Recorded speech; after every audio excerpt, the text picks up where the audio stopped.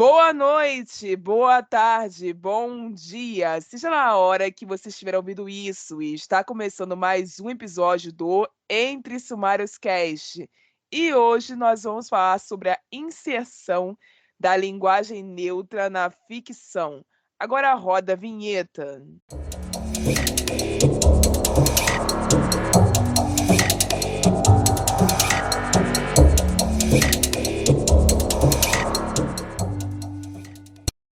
Esse podcast faz parte da iniciativa O Podcast é Delas. Saiba mais em opodcastedelas.com.br.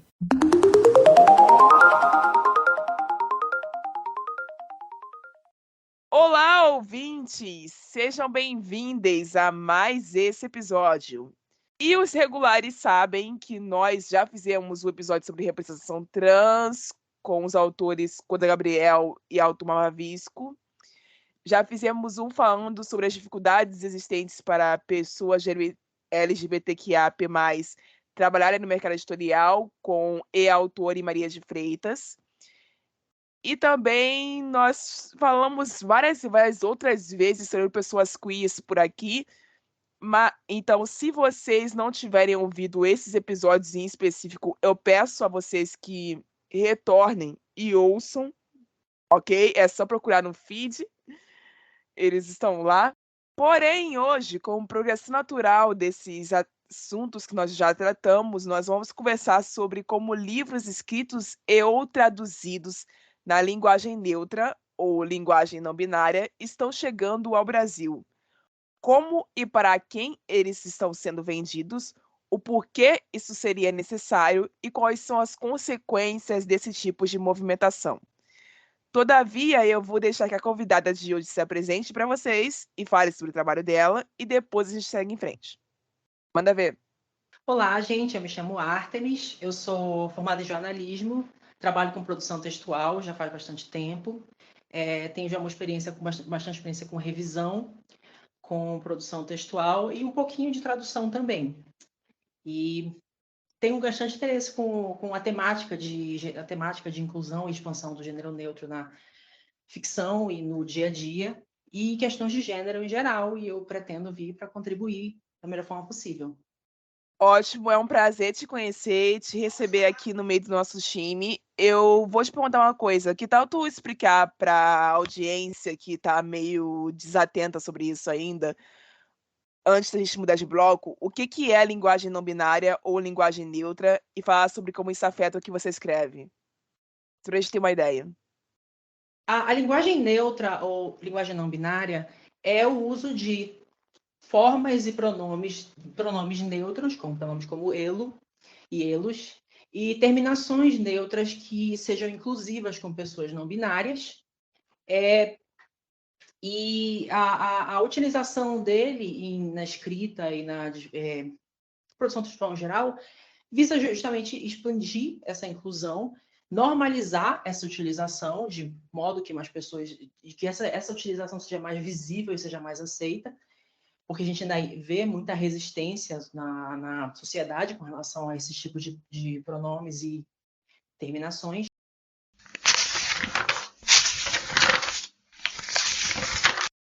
Bom, existem alguns livros que motivaram a gente a fazer esse episódio. E agora a gente vai citar cada um deles para poder dar uma base para vocês, pessoal, sobre como esses livros estão chegando até a gente.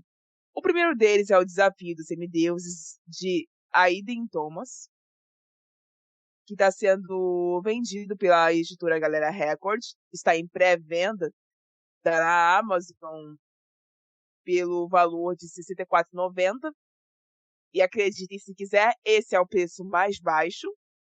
É um livro grande, extremamente, assim, como é que eu vou dizer? Bonito.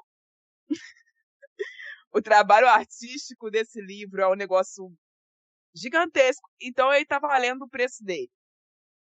Se falar que nós temos outras alterações de questões de papel, dólar e etc., que influenciam no preço que esse livro está custando. Bora, O Desafio dos Semideuses reúne os 10 melhores semideuses para uma competição brutal, na qual o vencedor leva luz e vida aos templos de todo o reino. Mas é o perdedor que recebe o maior de todas as honras. Ser sacrificado em nome de Sol, e com isso proteger o mundo por mais 10 anos. Esse livro é importante porque ele é encabeçado, o carro-chefe desse livro é o Theo. Ele é um personagem trans, já é denominado um personagem trans desde a sinopse do livro. E a representação dele é baseada não só no uso da linguagem de não binária dentro do livro como um todo, mas também falando sobre a descoberta dele enquanto pessoa trans e também sobre a relação que ele tem com os outros personagens do livro e a relação que esses outros personagens do livro têm para com ele por ser um personagem trans. Então a gente vai ter uma série de aventuras a nível de um Percy Jackson para pessoas um pouco mais velhas, porque esse livro tem uma classificação de IA, eu imagino. Deve estar lá entre 16 a 18 anos.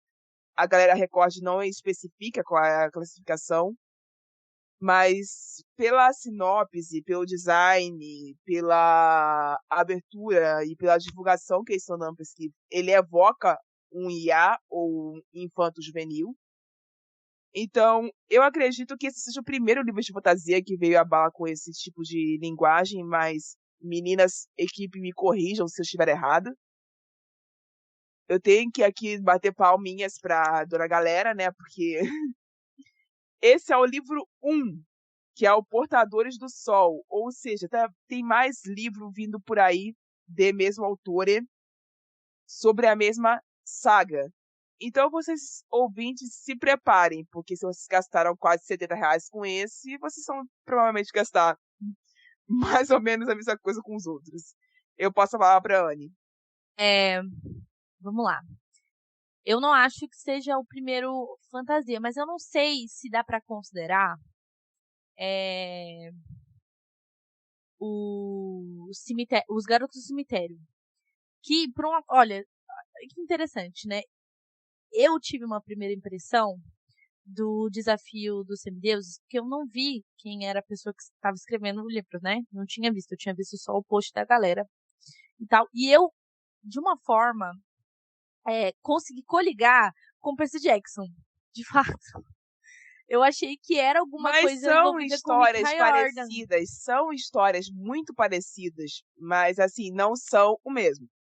Sim, mas tipo, eu consegui ligar na mesma hora, e eu não sabia. Tanto é que, agora que eu tava montando a parte pro roteiro, eu falei, caramba, ela é a mesma pessoa. Então, só que, no caso de Os Garotos do Cemitério, eu acho que o enfoque é mais no suspense, apesar de ter a parte fantasiosa, que fica no meio termo, sabe? De ser uma fantasia, mas não é... Acho que podia ser uma fantasia urbana, vamos por aqui. Mas isso é meu achismo, tá? Enfim. Primeiro que eu quero falar é realmente o Garoto dos Cemitérios, que a gente tem como protagonista o Yandriel, que é um garoto trans, que ele quer se provar, né, como um bom bruxo. Só que aí ele precisa passar por um ritual. Mas, por ele ser um garoto trans, a sociedade bruxa em movimento ali e tal, eles falam pra ele que assim, olha, meu anjo, acho que não vai dar pra você fazer esse ritual. Porque a Senhora Morte não vai te aceitar, né, meu? Porque você tem toda essa questão com identidade de gênero, ele acha isso um absurdo, de fato é. E aí ele vai lá e fala assim, não, então eu mesmo vou resolver o meu problema, vou procurar o assassino do meu primo, o espírito primo, e aí eu mesmo vou libertar. Aí ele acaba invocando o fantasma, que é um colega de escola dele, um bad boy e tal, não sei o quê. E aí eles vão resolvendo todo esse mistério e tudo mais, com a ajuda desse fantasma, que ele não quer ir embora, esse fantasma, né, na verdade. E aí, conforme vai passando as coisas, eles vão resolvendo todo esse mistério. É um livro muito cultural. Ele fala muito sobre a cultura latino-americana. Então a gente tem passagens que misturam o espanhol no meio da narrativa, né? E alguns termos, bastante citações com o Dia dos Mortos, claro, porque envolve bastante isso e toda a cultura da festa e, enfim, da lenda. Então, é muito interessante essa parte mais cultural que o livro retrata. E, claro que existe a linguagem neutra, que está ali, e mais sobre as críticas que o autor consegue fazer na trama em si, que é muito bem-vinda, né? A gente tá falando de um garoto trans, queer, e aí ele tá passando por a família dele é muito conservadora, sabe? Então, existem cenas de preconceito que são bem fortes ali, né? Tipo, é bem conservador na família, e aí dá um apertinho no coração, sabe? É muito... Mas o livro é muito bom, eu recomendo. Só que eu tava pesquisando, porque eu falei, pô, tem mais algum, né? E eu achei que, algumas pesquisas, falando sobre Cool for the Summer.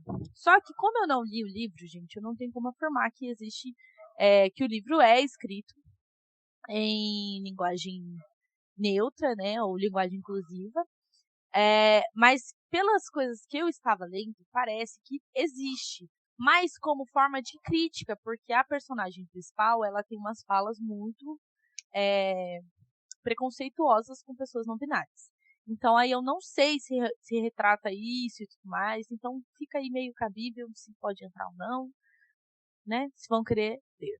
Mas tem um outro livro, esse da Editora Nacional, tá? Que chama Félix para Sempre. Olá, editora Nasce! Tudo bom com Nasce, vocês? Que é o Casting Calendar, não sei, o Calendar, enfim. Que a gente tá falando do Félix, que é um garoto trans, queer e negro. Então, tem várias críticas também nesse livro, mas e mais sobre a transformação. Porque, nesse caso aqui, o Félix é transicionado, então acontece que expõe fotos dele antes da transição. E aí é todo em volta dele superando isso, né? Porque é exposto na escola. E na trama a gente tem um personagem não binário, e aí tanto no livro, na escrita original, quanto na traduzida a gente tem as presenças, né, da linguagem.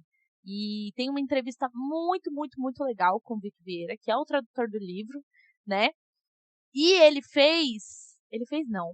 Gente, ele é o tradutor, juro pra vocês, do novo livro, do Desafio dos Semideuses. Quando eu fui olhar as coisas que ele já fez, já tá lá escrito o nomezinho dele, Vitor não, desculpa, Vic Vieira Ramírez. Aí eu achei, no de Félix pra Sempre, tá só como Vic Vieira. Aí eu falei, será que é a mesma pessoa? Aí eu fui, encontrei as redes sociais dele no site dele e já tá lá escrito. Achei maravilhoso.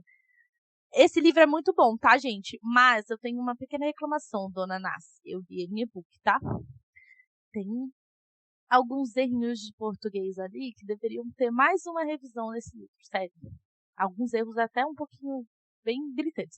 Mas o livro é muito bom. Ele só não tem muito plot. Tipo, o plot é basicamente isso que eu falei. O Félix passa por por essa exposição e ele meio que passa por isso e tudo mais.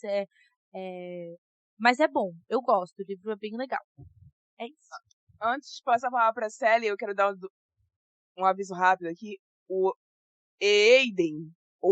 Aiden se identifica como pessoa trans, mas ele usa os pronomes he e him. Ou seja, ele, dele. Então, Anne, qualquer pessoa que tá ouvindo esse programa, não se preocupe, você não tá errado em se referir a ele ao Aiden como ele. Como tá? autor, né? Isso, com pronomes masculinos, porque é dessa forma mesmo que ele se identifica. E ele é um autor latino-americano. Então, essas referências que ele usa para escrever Garotos do Cemitério não são apenas coisas que ele, tipo, tirou do Wikipedia. Existe, existe na ascendência que ele adquiriu da latinidade dele. Entenderam? Mas justo. não é Vou, bem assim. vou te Tipo, fa- eu tenho muitas.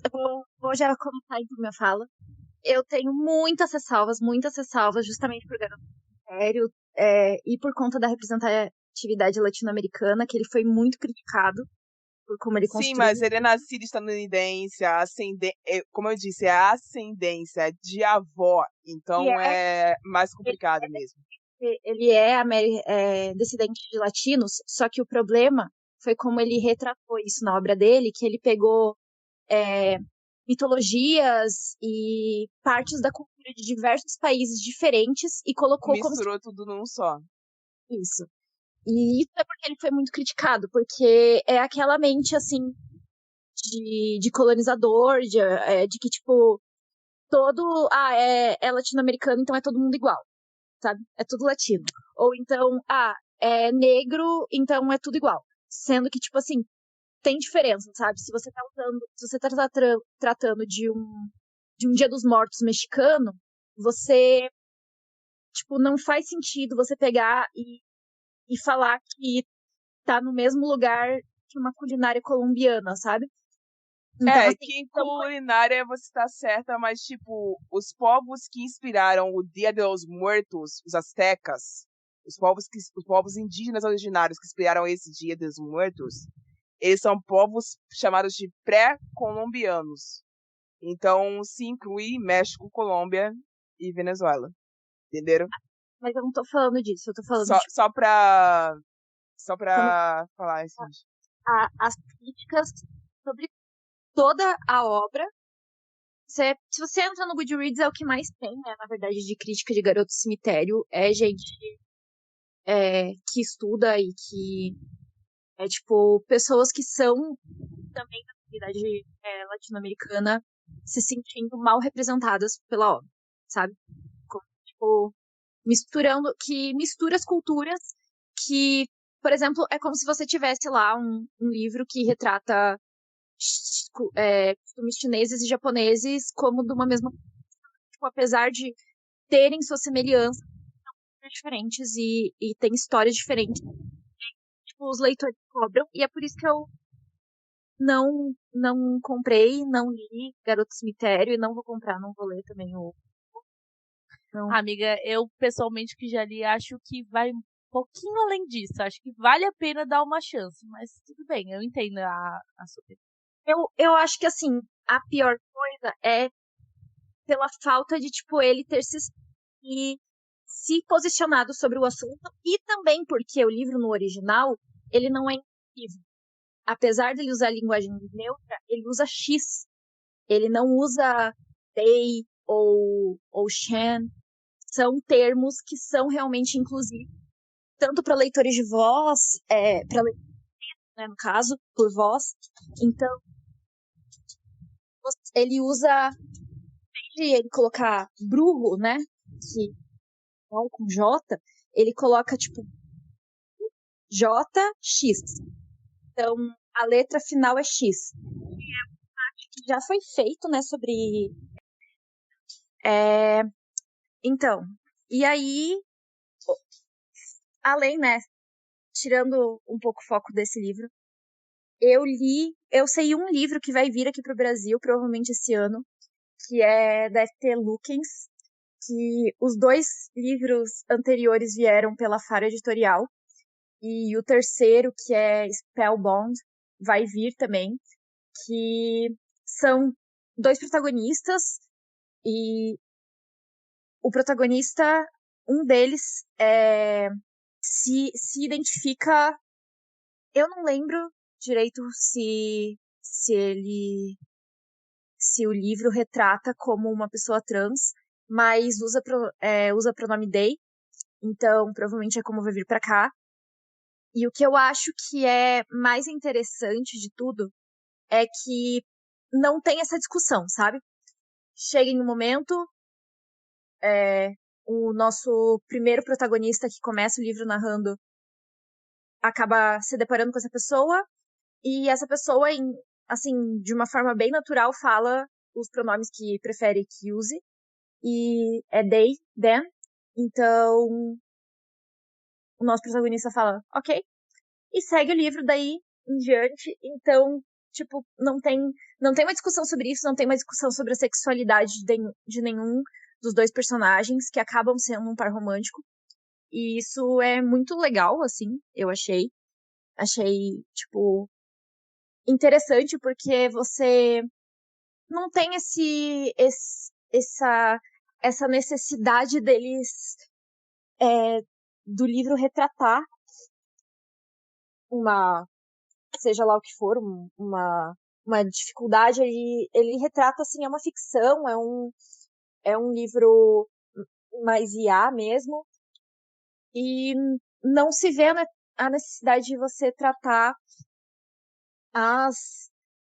os problemas, né, os aspectos de gênero e de sexualidade.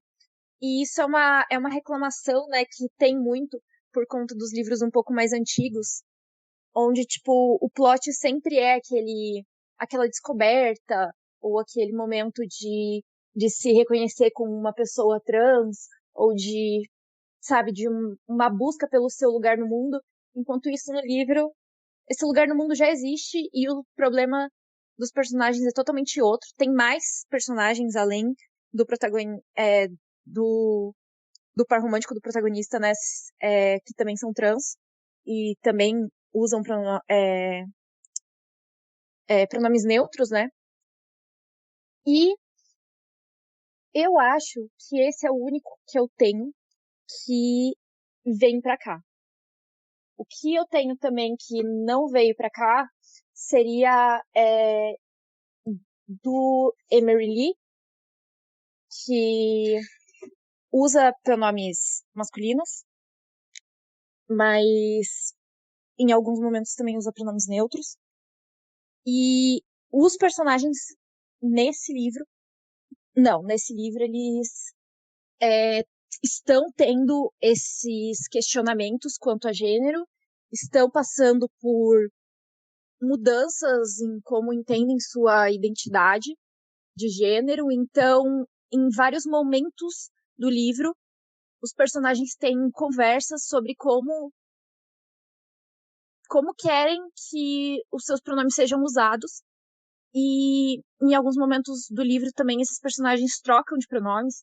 Então, você acaba conhecendo porque como eu li em inglês, né? Então você acaba conhecendo uma variedade de pronomes neutros em inglês, porque não é só o they, então tem vários outros, e os personagens acabam utilizando vários conjuntos desses pronomes, o que eu achei muito interessante. Queria fazer um pequeno comentário que a Luísa falou sobre a obra original de Os Garotos do Cemitério utilizarem a X, né, como a forma do pronome, mas aqui na tradução, que foi a versão que eu li, eles usam eludelo, tá, gente? Então, se você tiver com medo com questão disso, não vá, que o livro usa eludelo. É isso. É isso. A Termes, você já conhecia um desses livros? Já teve contato com um desses? Esse confronto dos semideuses já tá na minha lista faz um tempinho. É um que me interessou muito desde o início, porque eu, na época da minha adolescência, eu fui bem fã de Percy Jackson.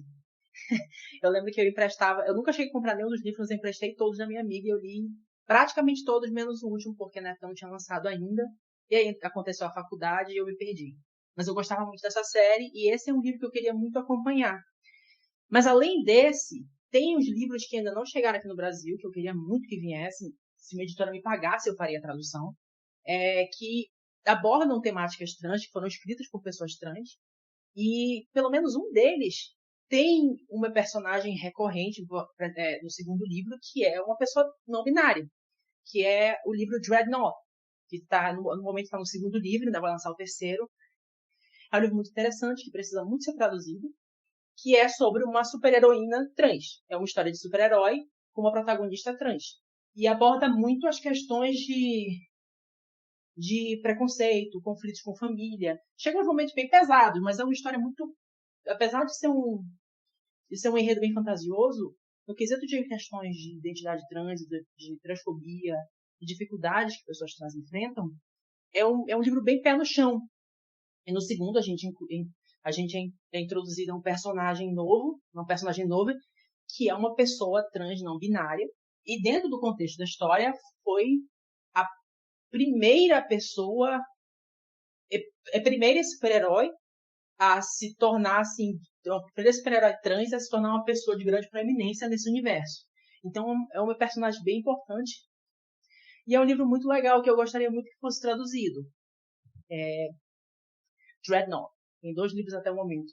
O outro, que eu não lembro se ele chega a abordar temáticas não binárias, eu acho que ele chega a abordar, apesar de que não tem nenhum personagem de destaque, Light from Uncommon Stars, que é um livro bem diferenciado, sobre uma violinista trans, uma instrutora de violino que fez um pacto com o demônio e alienígenas. E assim, vai por mim que as coisas se encaixam legal. É um livro bem interessante. Eu recomendo. Só que, infelizmente, ainda não chegaram no Brasil. Eu tô ansiosa para ver algum anúncio disso. Então, vai vir agora pela Dark Side aquele Hell Followed With Us, que tem um protagonista trans, né? E ele fala sobre um apocalipse que está acontecendo, que é um apocalipse ligado a algumas histórias religiosas. Então você tem essa igreja que controla tudo, tem poder de tudo, e você tem vários monstros que estão sobre a Terra. E tipo, a igreja que são os únicos sobreviventes, são a igreja. E você tem o nosso protagonista, né, que ele foge da igreja. O pai dele ajuda ele a fugir da igreja, porque por conta dele ser trans, né, ele estava sendo perseguido dentro, né, da comunidade que ele vivia. Então, e ele acaba, sim, se esbarrando, assim, com um grupo de sobreviventes que são uma resistência, e esse grupo de sobreviventes era um centro comunitário para jovens LGBT, e eles estavam nesse centro comunitário quando aconteceu o apocalipse. Então eles acabaram se fechando lá e sobrevivendo dessa forma. E é um livro muito, muito, muito massa. Tem muito gore, porque os monstros, assim, são absurdos, mas é muito massa. Você tem ali um debate além da comunidade trans, né? Você tem também um debate sobre neolinguagem, você também tem debate sobre religião e sexualidade, e você também tem um protagonista que é neurodivergente, que é o par romântico, né? Então é muito, muito massa, é um livro que vale muito a pena, eu amei, eu não imaginava que ele ia vir pro Brasil, e daí quando eu vi que ele vai, tipo assim, top 10, leiam esse livro, é muito bom. Só pra falar um último livro antes de a gente passar pro próximo bloco, a gente tem Emma, Cobra e a Garota de Outra Dimensão, de Maria Freitas, que vai vir também pela Galera Record, que vai ser relançado esse ano. Essa história ficou na Amazon durante muito tempo, enquanto publicação independente. Possui um dos protagonistas enquanto a pessoa não binária, que é o Cobra. E esse livro fala sobre as questões de Cobra se entender como uma pessoa não binária. Em uma das primeiras partes do livro já fala sobre a questão do nomes mortos e etc. E foi escrito por uma pessoa que é não binária. Então, assim, e de Minas Gerais, do interior de Minas Gerais. Então a gente está dando mais um exemplo dessa movimentação que a galera está fazendo para esse ano, de trazer mais autores trans publicados com ficção infanto-juvenil para o Brasil, mesmo que não sejam traduzidos, livros que foram escritos por autores trans e pensados para o público trans também. Então é isso. Vocês têm aí uma belíssima lista de livros para vocês procurarem. Eu vou tentar deixar essas informações por escrito para vocês, isso no Twitter e no Instagram em breve. E nós, assim, podemos passar para o próximo bloco para fazer o debate da semana.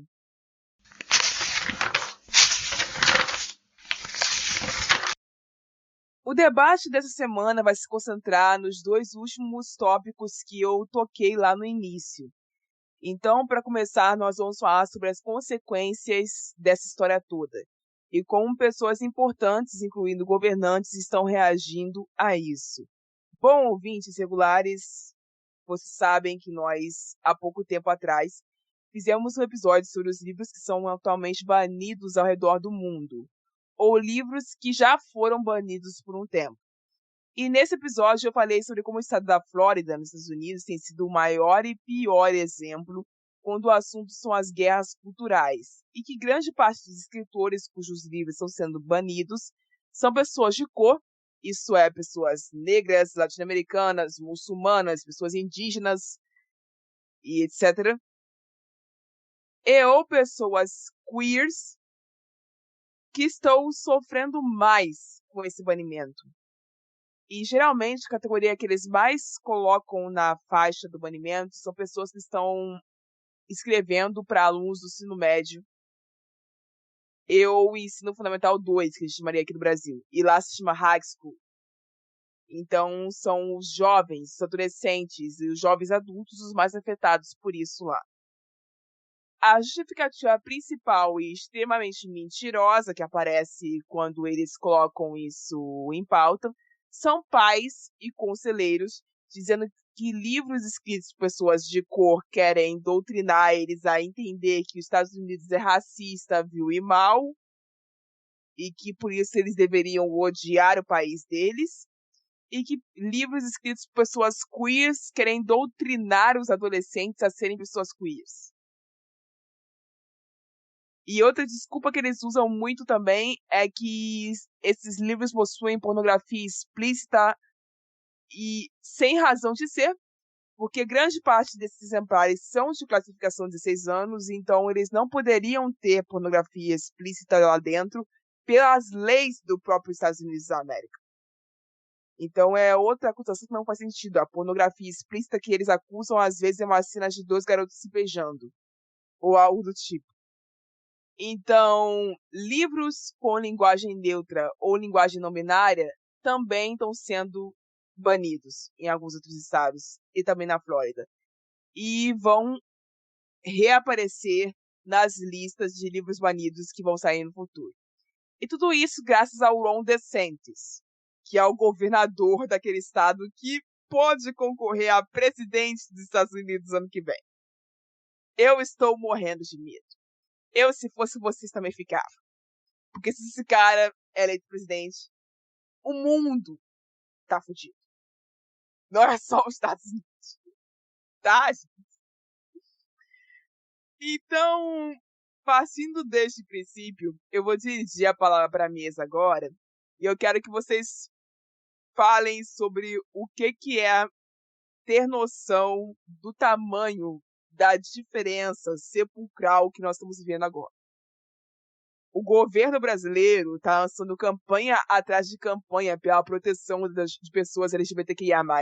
O Ministério da Cultura acabou de lançar a lei Paulo Gustavo, que protege artistas como um todo, mas que também incentiva a produção, desde o nome, de produtos culturais de artistas LGBTQIA+. Então, e o contraste é que a Terra, que deveria ser a maior democracia do mundo, tá fazendo isso que eu acabei de falar. Como é que a gente convive com esses 2 elos?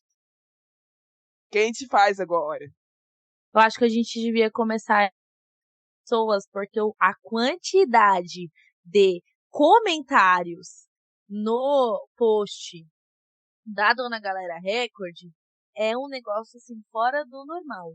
Eu acho até um pouquinho esquisito a sua introdução comparando o Brasil com os Estados Unidos, sendo que a quantidade de leitores que são o porte que os Estados Unidos está tendo agora, né, a mesma posição que os Estados Unidos está tendo aqui, só que de forma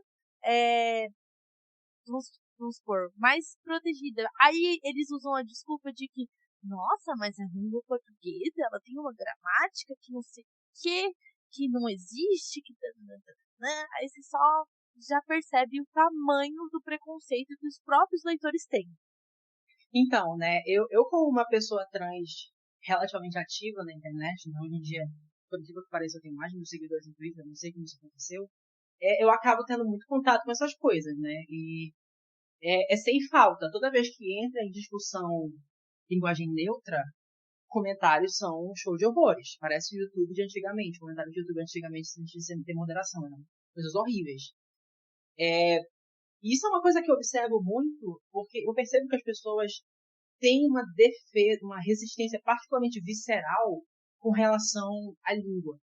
As pessoas se sentem particularmente ofendidas, essa é a palavra que eu consigo pensar, ofendidas, de ter uma coisa que elas sentem que é delas, ser, entre aspas, contaminada por pessoas trans, sabe?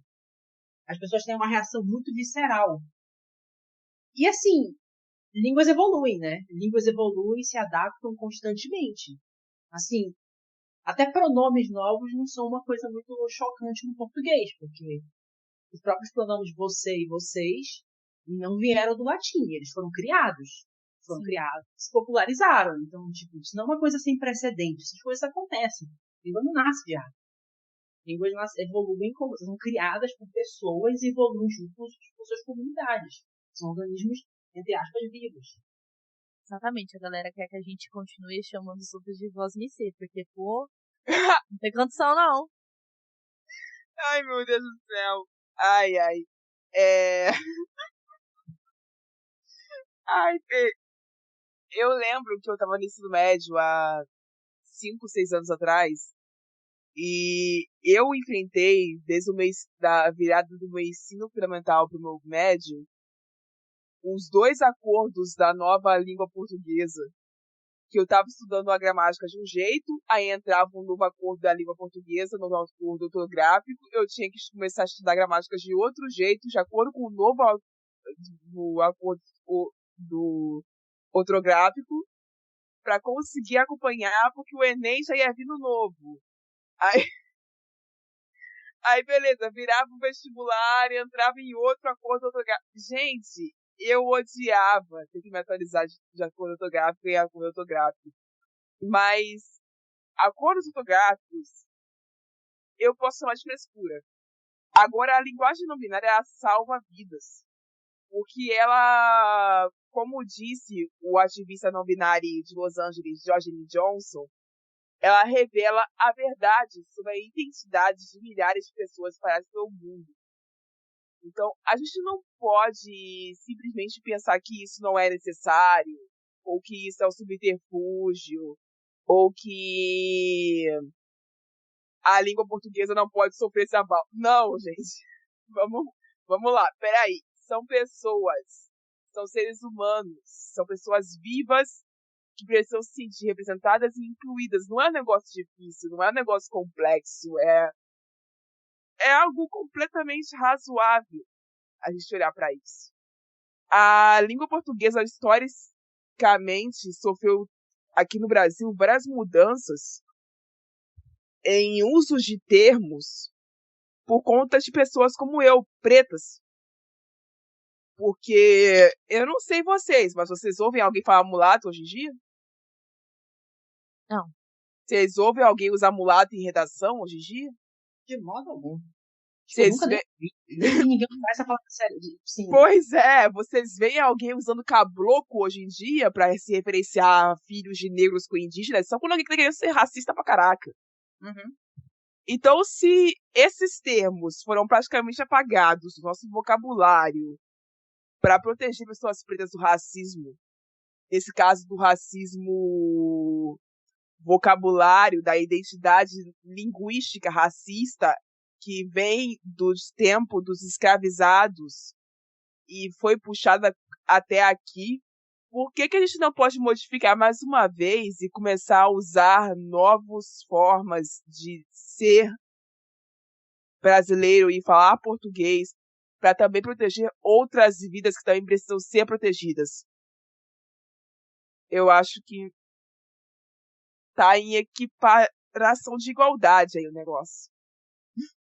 É interessante pontuar que eu concordo quando a gente fala que é pra trazer letra, gente, sério. As pessoas ficam altamente ofendidas de entender que a língua, ela é mutável e que ela tá aí, ela tá evoluindo, que todo dia a gente nasce uma palavra, a gente vai construindo essa palavra e que ela vai criando modificações e tudo mais. Às vezes a gente pega uma palavra que, sei lá, vou botar uma bem esquisita, tipo internet, sabe? Hoje tudo é internet, mas, gente, há um momento, e teve um momento, que internet não era nada. E quando a gente pegou essa palavra, trouxe pra cá, né, o estrangeirismo e tudo mais, imagina as pessoas se encontrando com ela.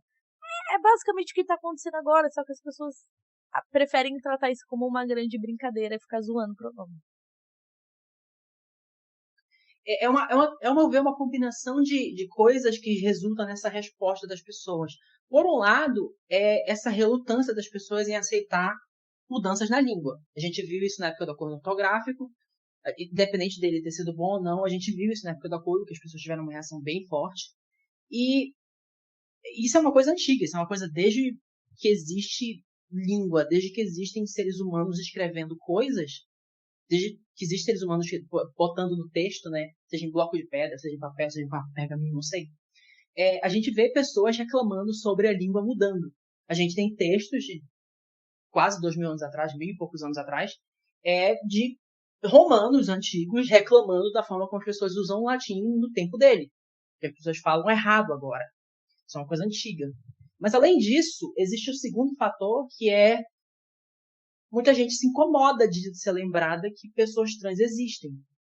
E inserir esse lembrete de que nós existimos na linguagem torna bem difícil fingir que a gente não existe, sabe?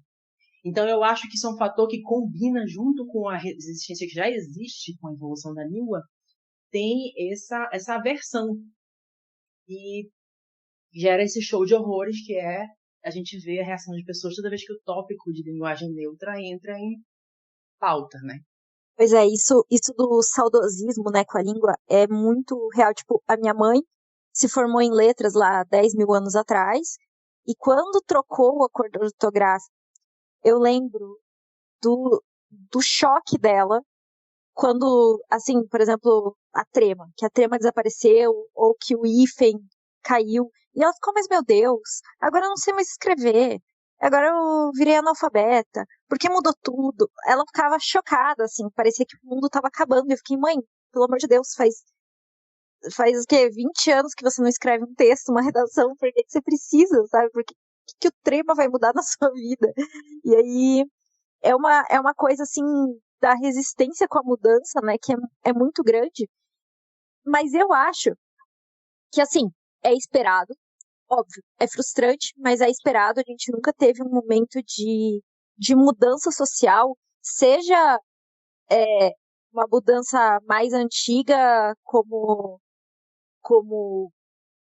aceitar que pessoas negras não são burro de carga, né, uma coisa básica, que pra gente hoje é, tipo, óbvio, e que há muito tempo atrás, tipo, era vendido como mercadoria, até coisas mais recentes, lutas mais recentes, como os próprios direitos, né, de casais homoafetivos, ou de uma mulher poder votar, de uma mulher poder ter próprio dinheiro que não seja gerido pelo marido. Então, todas essas mudanças sociais, né, elas foram recebidas com muita resistência por parte do grande público. E eu acho que isso é esperado agora que a gente está tendo debates de gênero, né, e uma desconstrução, né, do que significa o gênero, porque a última vez que a gente teve debate de gênero, né, foi para inclusão da mulher como uma cidadã, né? Claro, os debates eles não param, eles continuam, mas em menor escala, né? A gente não tem grandes revoluções por conta da nossa pauta atual, né, do feminismo, que é a igualdade salarial. Você não tem uma grande revolução por conta disso, como foi, por exemplo, na época do voto. Mas todas essas mudanças sociais, elas são encontradas primeiramente com resistência até que as minorias acabam vencendo pelo cansaço. É o que a gente tem. O que a gente tem pra fazer é encher o saco até conseguir, porque sempre o grande sistema nunca vai querer fazer o que parece difícil pra eles, que é fazer mudança. Mesmo que a mudança pareça pequena pra gente, pra eles qualquer mudança é muito grande. Então, eu acho que assim, a gente tem que ir colocando mesmo e esperar que esse povo morra. E aí a próxima geração vai já nascer acostumada. E é isso. Eu acho que... Desculpa, pode falar. Eu concordo, e eu acho que essa é a grande importância de a gente ver cada vez mais a linguagem, essa linguagem neutra, pronomes neutros, concordância de gênero neutra na literatura, na mídia, especialmente para crianças, porque a gente vai vendo a normalização dessas coisas. Porque, sendo um debate que a gente não consegue vencer na racionalidade, porque a resposta negativa é baseada em uma resposta emocional forte, a nossa solução é tornar isso rotineiro, tornar isso banal, tornar a linguagem neutra tão comum que para de fazer sentido, sabe? Para de fazer sentido brigar sobre isso. E eu acho que a utilização da linguagem neutra na literatura, em filmes, em seriados, em desenhos, é muito importante nesse papel de normalizar e ajudar essa transição, sabe? Essa evolução linguística. Eu ia falar mais sobre como eu acho toda essa... até me fugiu a palavra. Meu Deus. Essa resistência que as pessoas têm com a linguagem, por exemplo, eu acho ela um pouco diferente quando a gente utiliza alguns casos de palavras que são nascidas racistas, né? Como o caso, por exemplo, de criado mudo. Sabe por quê? Porque quando você vai explicar para uma pessoa que fala assim, ó, gente, tipo, não é legal a gente usar criado. Você não usa mesa de cabeceira, por exemplo. Você insere para a pessoa algo para você falar assim, olha, para de usar isso porque você tem isso, sabe? Você dá opções.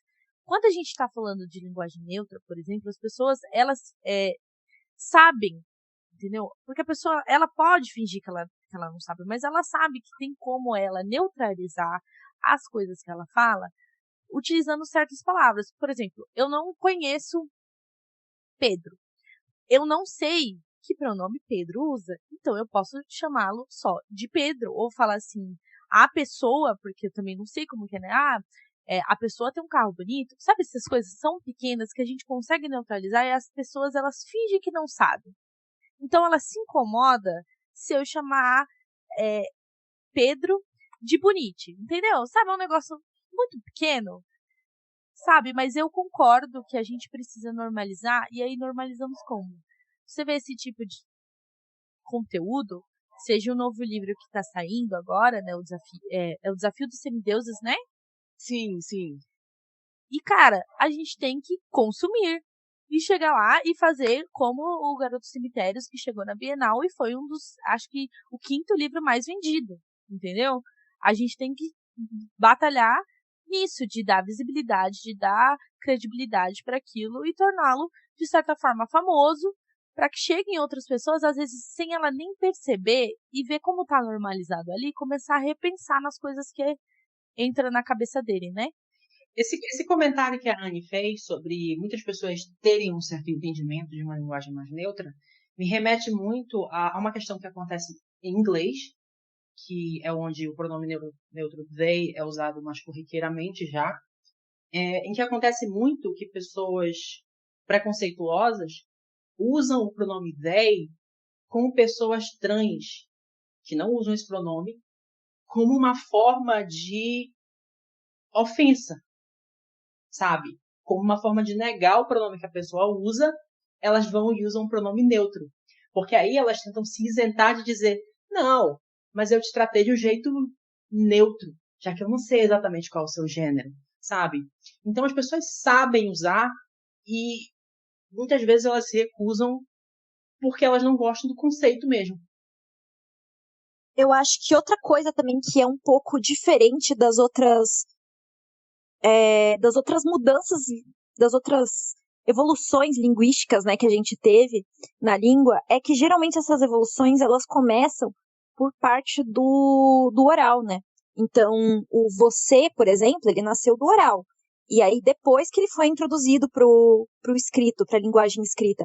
Enquanto a linguagem neutra, a gente ainda se bate muito para adaptar no português, né? Porque a gente não tem essa malemolência ainda de, tipo, trocar os pronomes. Por exemplo, até na própria introdução aqui, a gente se embananou várias vezes na hora de falar os pronomes corretos para cada personagem, para cada autor. Então, é uma coisa que atrapalha, porque daí fica aquela coisa de, tipo, isso aí é coisa de internet, isso aí é não sei o quê. Porque pra escrita, pelo menos pra mim, já é muito natural. Assim, eu consigo construir as frases, construir o texto e tá tranquilo.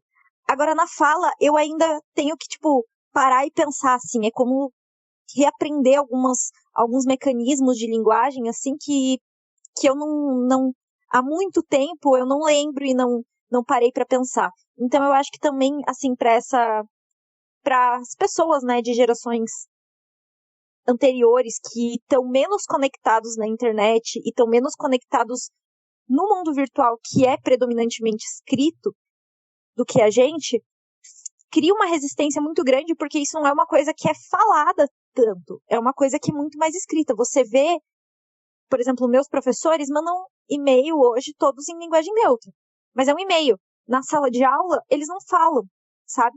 Então, isso é uma coisa que eu acho que a gente precisa lutar muito ainda, para que isso se torne uma coisa corriqueira. Sair, né, do papel e ir pro dia a dia. É que é tudo questão de costume, né? Por exemplo, eu me confundo muito com o pronome, porque o meu melhor amigo é não binário. Só que ele atende ele e ela.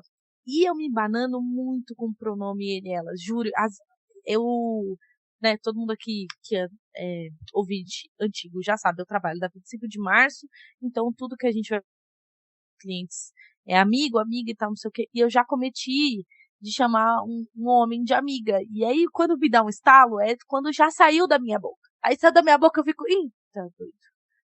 Sabe? Porque no meu costume e tal, é o que eu tenho hoje com o meu melhor amigo, que a gente fica trocando, porque eu fico trocando ele, fico fluindo os pronomes.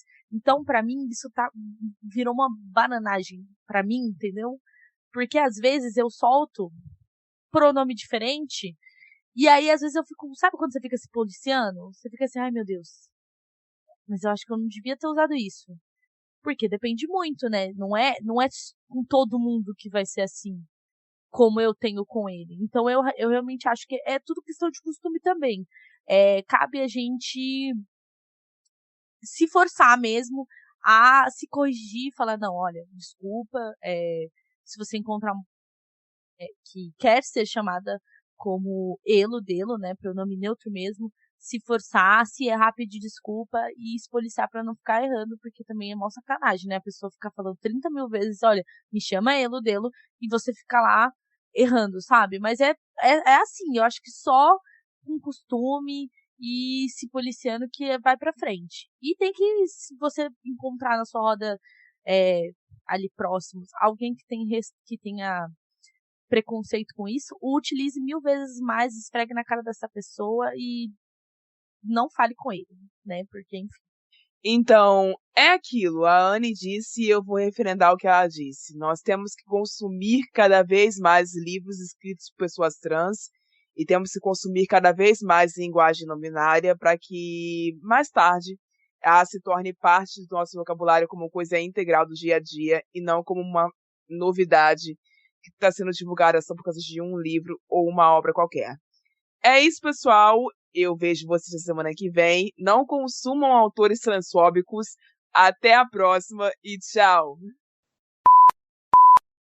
Você ouviu um programa participante da rede Podcast é Delas, uma iniciativa que fornece toda a infraestrutura necessária para mulheres hospedarem e publicarem os seus podcasts. Para fazer parte, entre em contato conosco através do site opodcastadelas.com.br ou através das nossas redes sociais, como @opodcastadelas.